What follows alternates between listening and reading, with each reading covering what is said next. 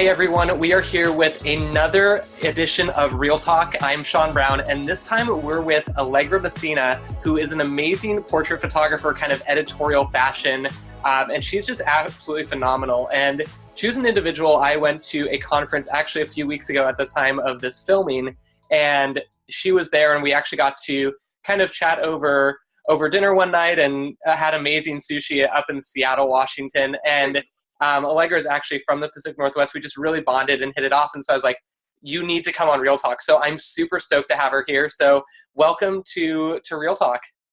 Hello. Thanks for having me. You're welcome. So awesome. So tell the viewers a little bit about yourself, kind of when you got started with photography, kind of what it's led to, where you're at now, just kind of the basic background stuff about you. Yeah, so as you said, I was originally from Seattle. Started off shooting there, and originally I was doing senior portrait photography predominantly because I was actually a senior in high school at the time myself. And so I was like, oh, it'd be fun, just as a hobby, kind of, $20 on the side, shoot my friends, like it'll be this really casual thing, which I now realize wasn't exactly right. But I was just shooting my friends, and then as I transitioned into college, I kind of was like, oh, maybe try lifestyle photography, kind of similar to senior photography, but with more models involved. And then from there, slowly got introduced to editorial photography as different stylists were kind of coming into play and saying, hey, like, if you want, you could try this out with us. So I've been really, really lucky. People have just kind of taken me under their wing and been like, hey, maybe try this too. So now I'm going to college down in LA. So kind of blending between Seattle and LA.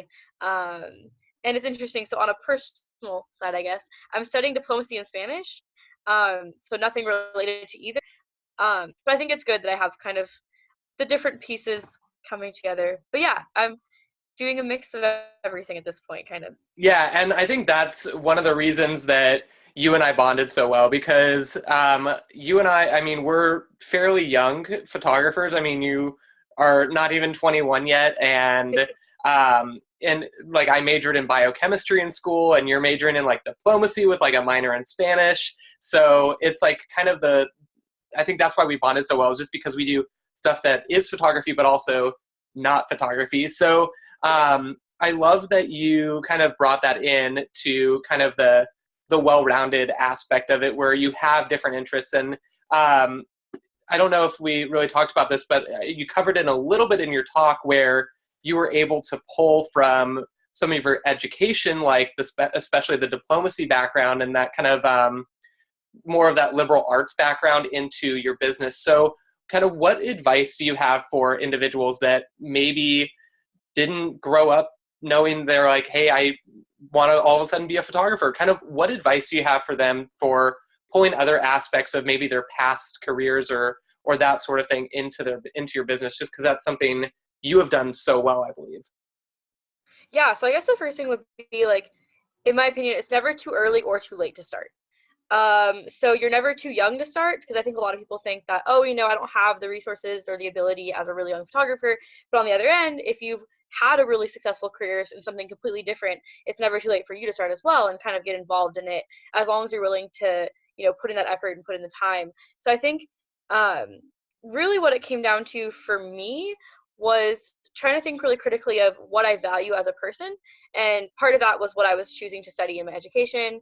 And then part of that was just my family, my friends, and who I constantly choose to surround myself with and why.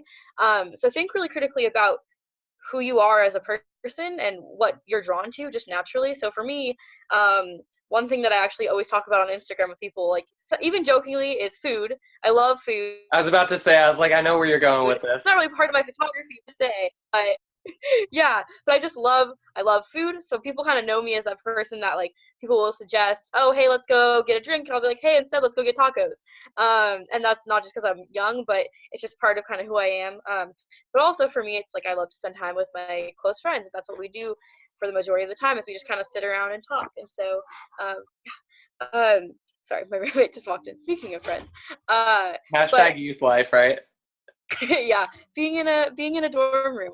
But yeah, so for me, it was all about like incorporating what you do in your day-to-day life and trying to think about that and how that's part of your photography too. And I think, a lot of people are parents, for example, and they see that as being this whole separate ordeal almost to photography.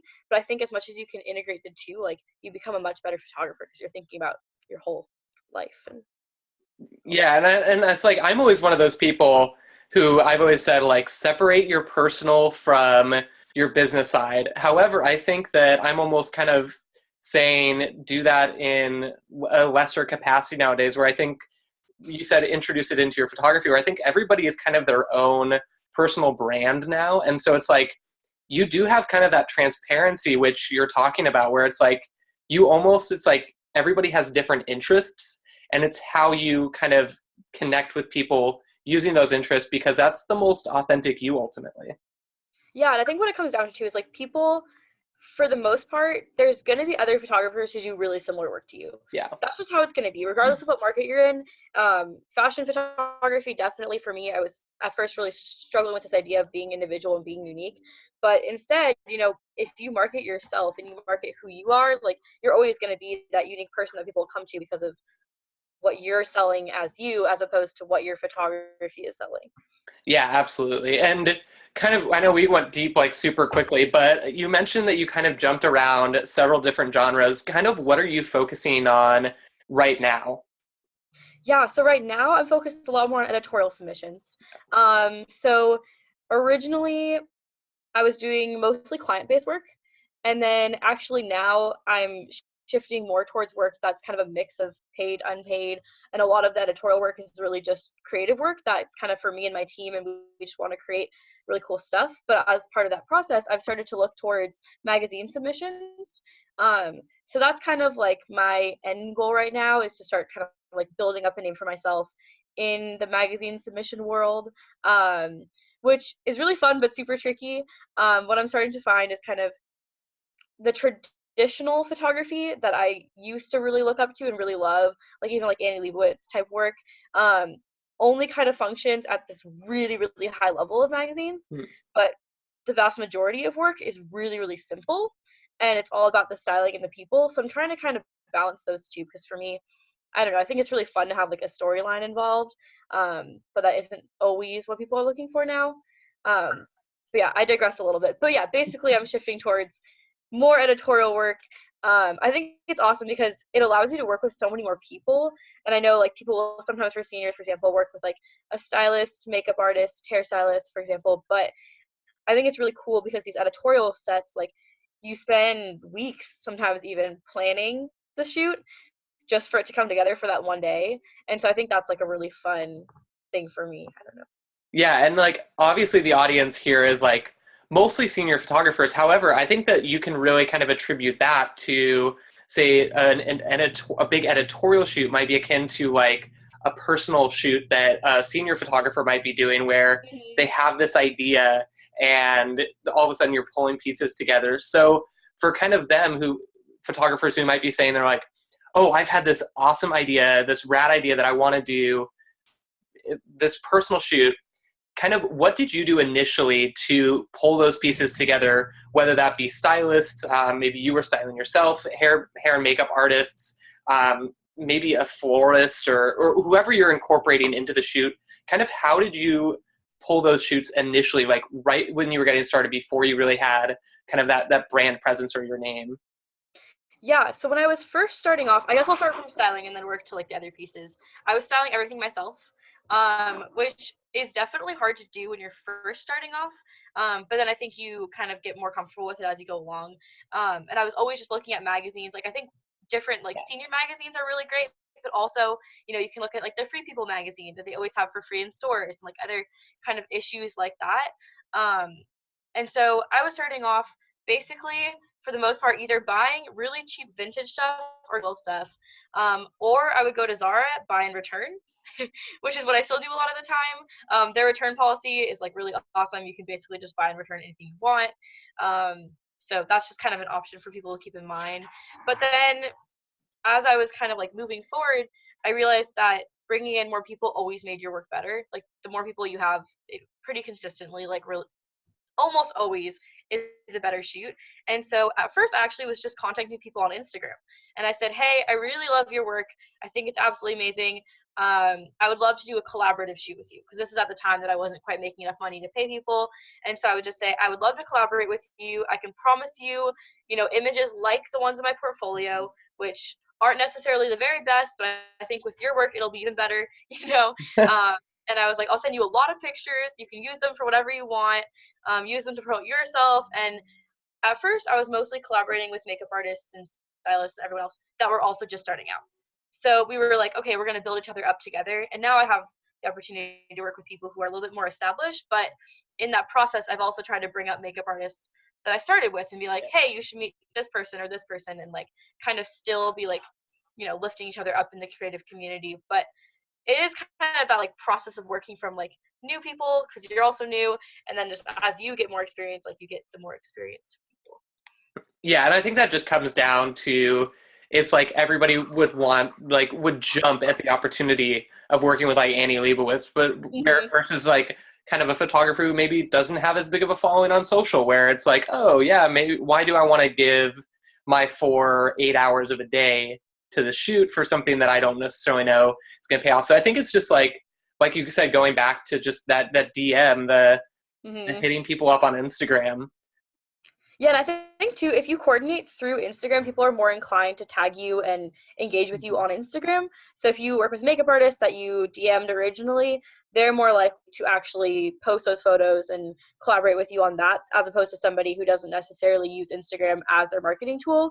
So I think that's just kind of like a nice feedback loop that was helpful to me, where I was working with makeup artists through just Instagram, and then would get other people also on Instagram to like kind of work with and collaborate with. Absolutely. And then especially for your work now, you're working with a lot of models, maybe agency signed, maybe just kind of freelancers. What kind of advice would you have for people that maybe they are doing a personal shoot, or they have a shoot in mind that they want to pull from, say, some modeling talent, just because sometimes it can be difficult. If you're in a larger city, it's a little bit easier, but say for individuals maybe in a little bit more of rural areas, where would you kind of say to target those models, kind of that different aspect of the shoot? So if you want to be looking at sign models, one thing that I actually started to do originally in Seattle was I just searched modeling agencies Seattle. And you'd be amazed by all the like teeny tiny ones that pop up. And I think they have those, from what I've heard, in like even the smallest of towns, because even in small towns, a lot of girls want to be models. And so they may not be like the models that you'd expect in New York City, but they're still really good, and they still have a lot of passion towards it. So I think even just literally searching your town name and modeling agency, it might be somebody like a little bit further away, but usually you'll get someone that's like more, comfortable in front of the camera at least. I actually have an article written about reaching out to modeling agencies that I can send you, and then you can maybe like link. Yeah, we'll also yeah, I'll like link it down in the description for YouTube so people can check it out too. Cool. Yeah, That'd that'd be be great. awesome. Because there's this whole like, so the process basically for me was to basically send an email, say, hey, I'm interested in doing a test shoot with your girl, so unpaid for both. At that point, sometimes you can get paid test shoots, but that's a whole other ordeal. But then they actually have you, for some agencies, come in and like have a meeting with them and just talk about who you are and kind of show that you're someone that can be trusted with their girls or guys, depending on which models you're interested in working with.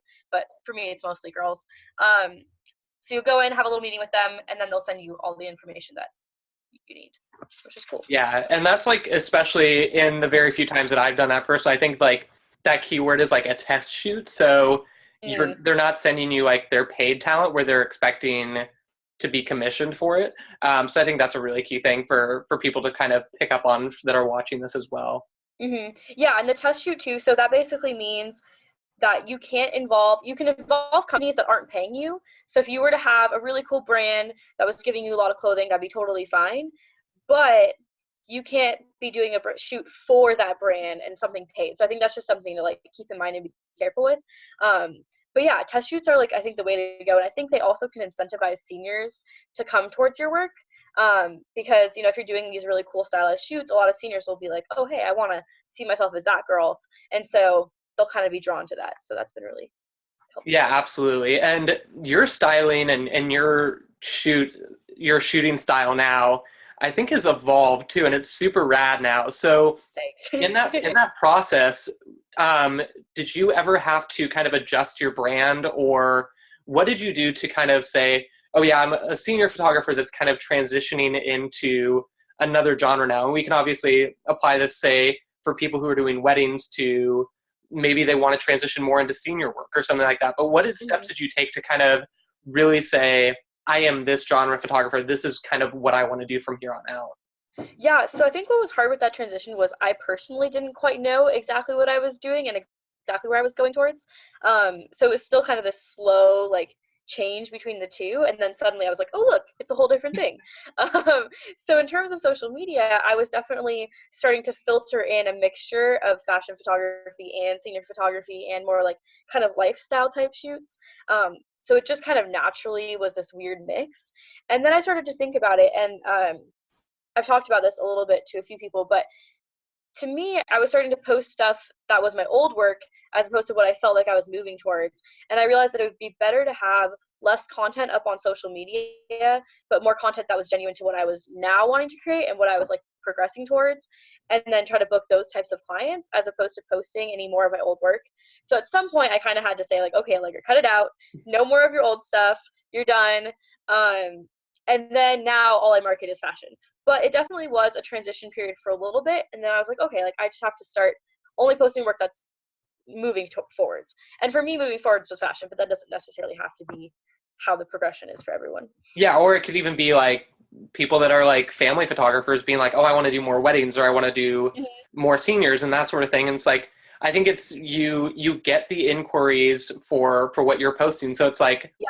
as an exclusively senior photographer, it's like I don't really get wedding inquiries, and when I do, it's like Mhm. a friend that I happen to know. So I think it's that tried and true measure where it's like you do kind of get the clients that the work is what you put out, and I think you're kind of a testament to that. Yeah, and that's been really something that's been, again, like, a transition period, but now I'm definitely getting way more fashion clients, and I still get senior photo clients, but a lot of the senior photo clients want my work more like my fashion work as opposed to my old senior photo work. So it still has kind of like moved, even if, so for example, if you're still keeping within, for example, switching from weddings, or sorry, switching from seniors to weddings, and you still want to keep your senior clients, if you're still using that particular editing style or that way that you're like seeing the world, I think people can still perceive that. And as a client, you can still tell, okay, well, they edit like this, they shoot like this. And even if it's a different type of photography, I think you can still kind of sell that without having to post it and having to feel like you're marketing it. Oh yeah, absolutely. And kind of going off of that, I think that people ultimately come to you for your style and your vision. So it's like if you want to do seniors that are more fashion based, like that's the work you should really kind of be showing. So kind of going off of that, where do you pull your inspiration from? Just because you kind of mentioned outside of the industry, which I hope that you touch on a little bit more, just because I think especially in the senior industry, we're so kind of locked into looking at other senior photographers' work that we almost try to emulate that to an extent. So how do you kind of get out of that rut, or how did you get out of that rut? Kind of what did you do? What were your steps that you took? Yeah, so I think one thing that helped me was, especially as I was starting, anyone that I was a friend of, I would immediately follow. And a lot of them have transitioned into all different kinds of work. So I'm definitely seeing their stuff and getting inspired by them all the time. And it's cool because it's not always what you'd expect. Yeah. And so now I love looking at landscape photographers because I think there's this very distinct way of like framing one photo that's like that photo.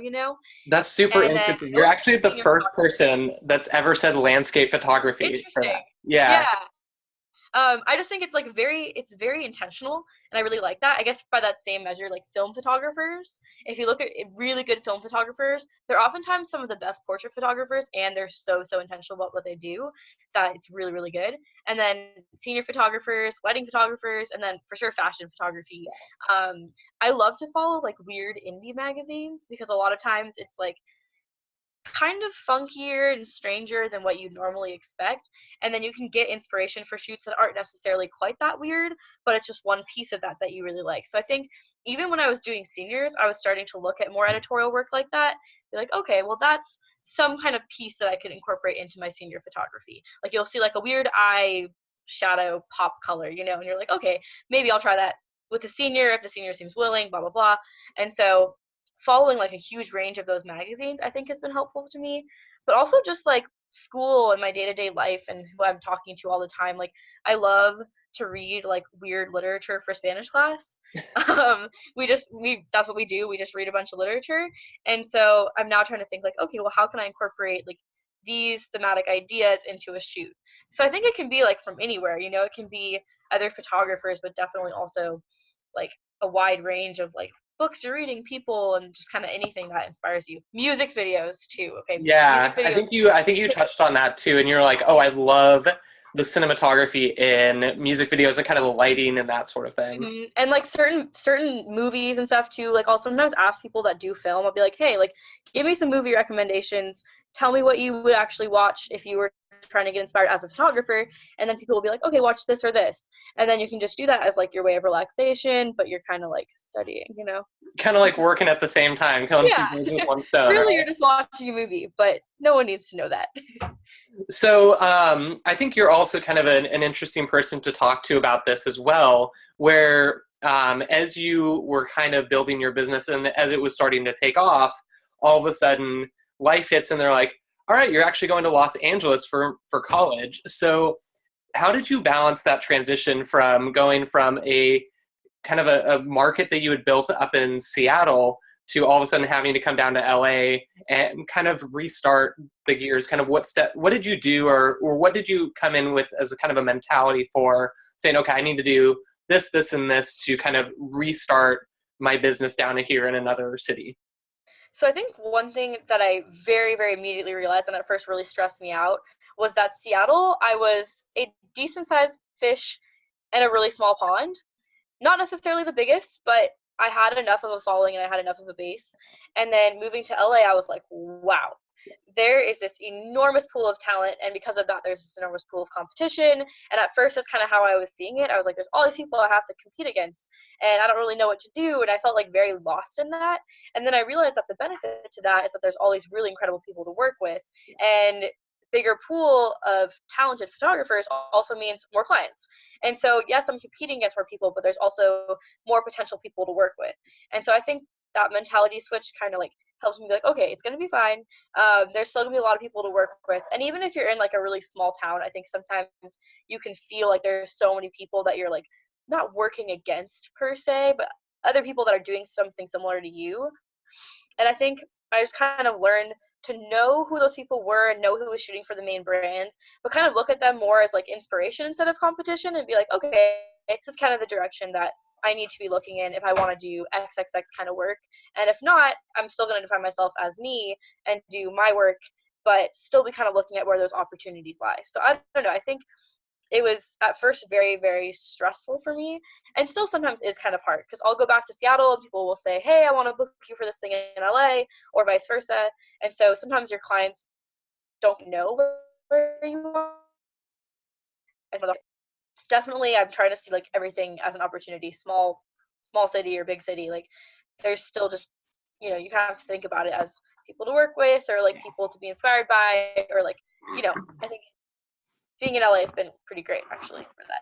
Yeah, and I think that that can be applied to anybody who's kind of transitioning from one city to another, where obviously you never want to completely tune out your competition, because then all of a sudden, say the market is going in a one direction and you're trying to push the completely opposite direction, which isn't always necessarily a bad thing. However, you kind of always want to kind of gauge your market. And I think that, like you said, keeping an eye on other people in your area is a great way to do that, to kind of see how the market's reacting to certain trends, but but also kind of acknowledging that, yeah, you do have to be different, because if you're all the same, it's like, what's the differentiating factor between you and some other photographer? You guys are just one commodity rather than being your own individual brands.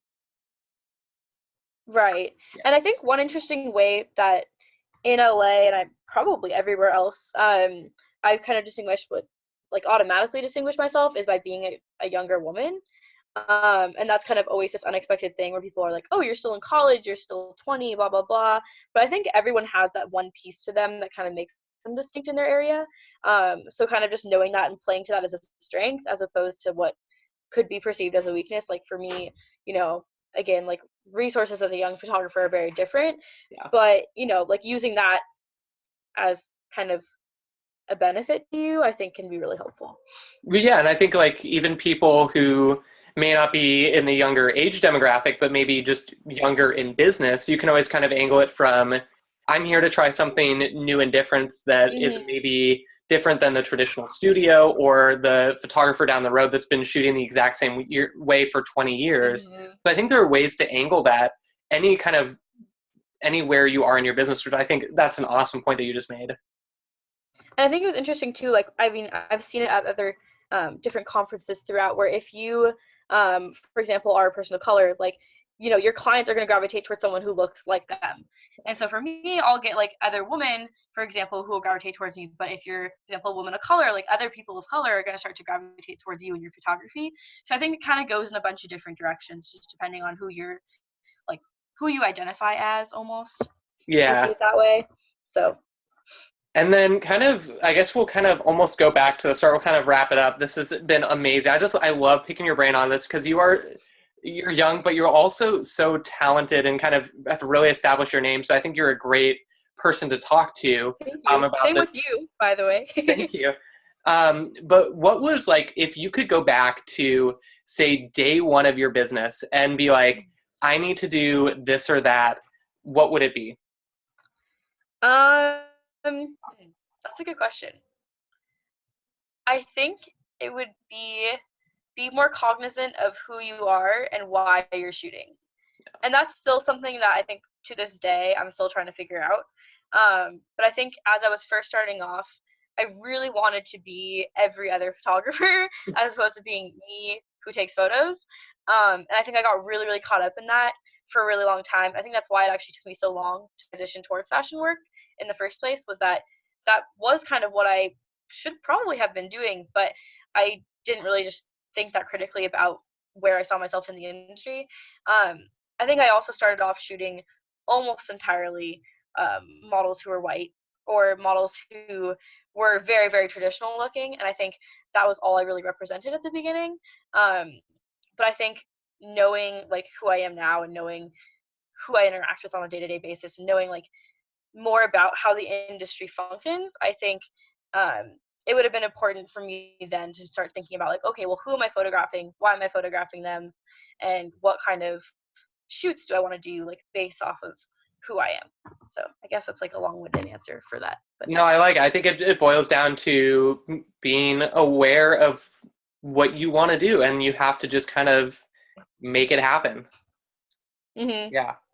Awesome. and Well, you have to thank find you. the right people to make it happen. I think that's been Seriously, really like finding the right people. It's like you talked about connections, and I think connections is so huge. I think it's one of those areas where in the photography industry itself, I think it's, or maybe the portrait industry, obviously like you working in a little bit more commercial settings, you kind of have to work with others, whether that be your stylist or hair and makeup artists and artistic, what do you call them, creative directors or whatever mhm. it is. And Yeah, so I think that you've kind of been forced to do that. But in the portrait industry, it's like we are might only be really talking to like one person a day, and that might be like hmm our client. So we're not necessarily working yeah. with other creatives. So I think that that's super important too. And that's why I think all creatives too. I know we're trying to like kind of wrap it up, but I think all creatives should go to Insta meets and go to other, any kind of meetup or creative engaging event. I think all photographers should try to go, regardless of their age, even if they're like the oldest person there. I don't think it matters, because you still get to network with the creative community, and that builds that like community over kind of competitive aspect that could be there in the Yeah, general. absolutely. Yeah. Well, thank you so much Thank for coming you. on tonight. I know it's like when Allegra and I were planning this, we're like, oh, I guess like we can meet after class for her and that sort of thing. So it's like we live, or at least I live in the Pacific Northwest, and it's like all dark and gloomy. So that's why we've Yep. got like I don't know, like we look like we've been like kidnapped or something like that, and I know. I'm like stuffed in in a this room. weird. I mean, I have my tropical plants, so we're basically outside. Basically, yeah. Yeah. But Same. well, where can people find you who might not be following you already? Like Instagram, maybe check out your website, portfolio, that sort of thing. Yeah, so my website is www.messinaphotos. It's MESSINAPHOTOS .format.com. I have a thing where it's still format. I'm figuring it out. and then is at Messina Photos. At Messina Photos. And I'll be sure to link that to for people who, Thank you. yeah, of course, so they don't have to like type it in. We can just click it because we're lazy people and we don't want to type in web addresses anymore. So I'll be sure to link that in the YouTube section here. If you guys are watching, we're probably going to link it over on the Senior Style Guide blog as well. So if you're over there, we'll be sure to include a link. But we're going to end. I'm going to actually give you the opportunity to ask people watching one question, and they're going to answer down in the comments below. So this could be literally any question that you have, business, non-photography related, life related. So I'll give them a second. But if you guys are joining us for Real Talk, if this is your first time, we're going to be putting these out throughout the year. So make sure to hit the subscribe button below if you're on YouTube. And then also be sure to check it out. Keep your eye on the Senior Style Guide blog, where we're going to be putting these out with other amazing guest speakers or guests that we have on, like Allegra, so that you guys can learn kind of what they're about and their journeys and that sort of thing. So we'll wrap it up. So Allegra, I'll hand it over to you. What is the one question you want to ask people today? All right, I guess I would ask, what are 3 things that drive your photography the most? I love it. The 3 things that drive your photography the most. So be sure to comment below with your answers so that we can read those comments. And who knows, maybe Allegra will even hop on and check it out too when we launch this. So thank you so much for taking some time out of your night. I know college can be super hectic, so I appreciate you sitting down with us tonight. And just awesome to kind of hear a little bit more about you and your journey. So thank you. Thank you so much. Have awesome. a good rest Well, we'll see you guys around for the next episode of Real Talk. So thanks again. Well, maybe not me, but see Sean later. Bye.